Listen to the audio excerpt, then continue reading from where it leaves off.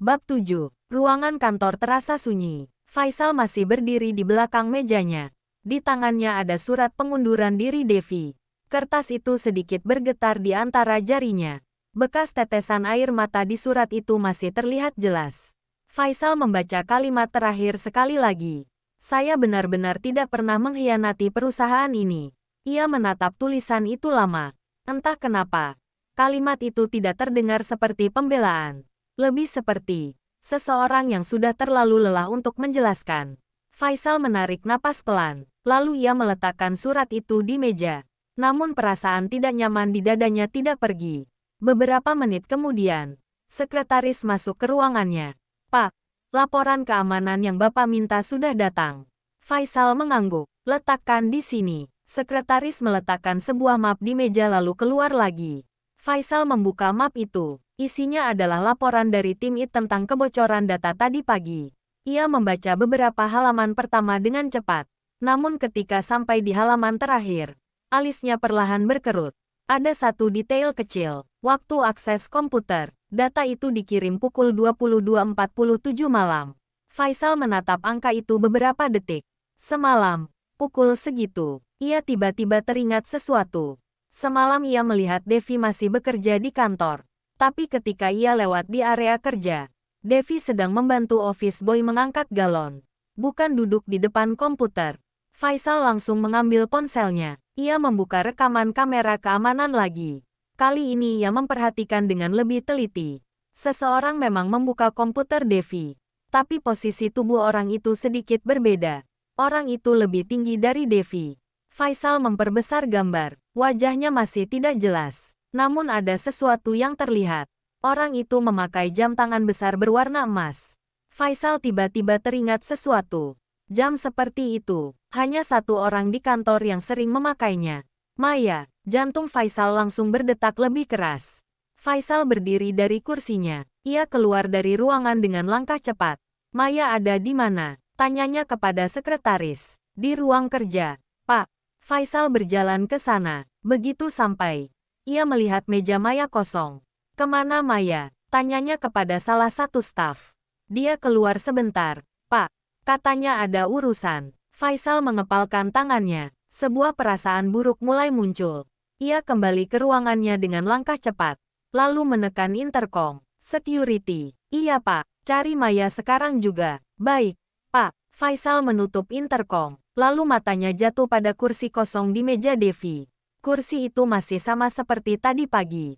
Komputernya sudah mati. Tasnya tidak ada. Devi benar-benar sudah pergi. Tiba-tiba dada Faisal terasa semakin tidak tenang. Ia mengambil ponselnya, mencari nomor Devi di kontak kantor. Ia menekan tombol panggil. Telepon berdering. Sekali, dua kali, tiga kali. Tidak diangkat. Faisal mencoba lagi. Tetap sama. Tidak ada jawaban. Perasaan panik mulai naik di dadanya. Faisal berdiri dari kursinya. Ia keluar dari ruangan dengan langkah cepat. Maya ada di mana? Tanyanya kepada sekretaris. Di ruang kerja, Pak.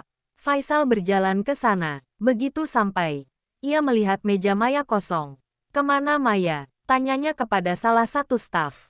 Dia keluar sebentar. Pak, katanya ada urusan. Faisal mengepalkan tangannya. Sebuah perasaan buruk mulai muncul. Ia kembali ke ruangannya dengan langkah cepat.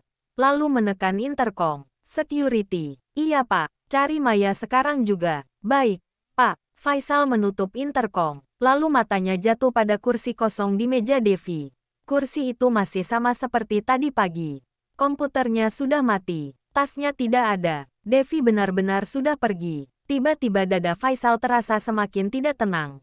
Ia mengambil ponselnya, mencari nomor Devi di kontak kantor.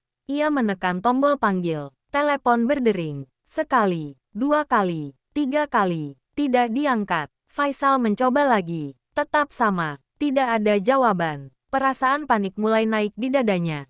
Di kantor, Faisal akhirnya mendapat telepon dari security. Pak, kami sudah cek parkiran. Dan, motor Devi sudah tidak ada. Jantung Faisal terasa semakin berat. Ia langsung mengambil jasnya. Saya keluar, Pak. Namun Faisal sudah berjalan cepat keluar dari kantor. Ia bahkan tidak peduli dengan tatapan para karyawan. Satu pikiran terus berputar di kepalanya. Bagaimana kalau dia memang tidak bersalah? Ia masuk ke mobilnya dengan cepat.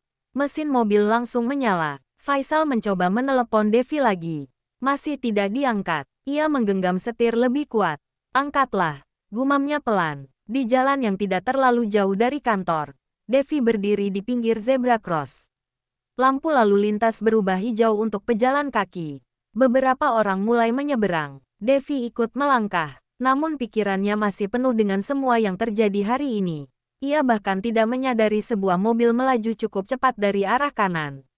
Suara klakson tiba-tiba terdengar keras.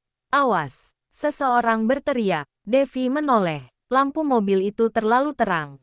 Semuanya terjadi sangat cepat. Tubuhnya membeku di tengah jalan. Lalu, brak, suara benturan keras menggema di jalan. Beberapa orang berteriak panik. Tas Devi terlempar beberapa meter.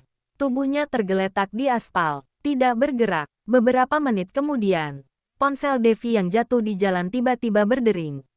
Layar ponsel menyala. Nama yang muncul di sana adalah Faisal, namun tidak ada yang mengangkatnya. Ponsel itu hanya terus berdering di samping tubuh Devi yang tidak bergerak.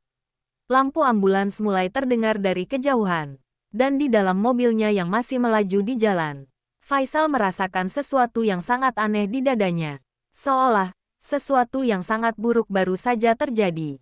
Tanpa ia tahu, hidupnya sebentar lagi akan berubah selamanya.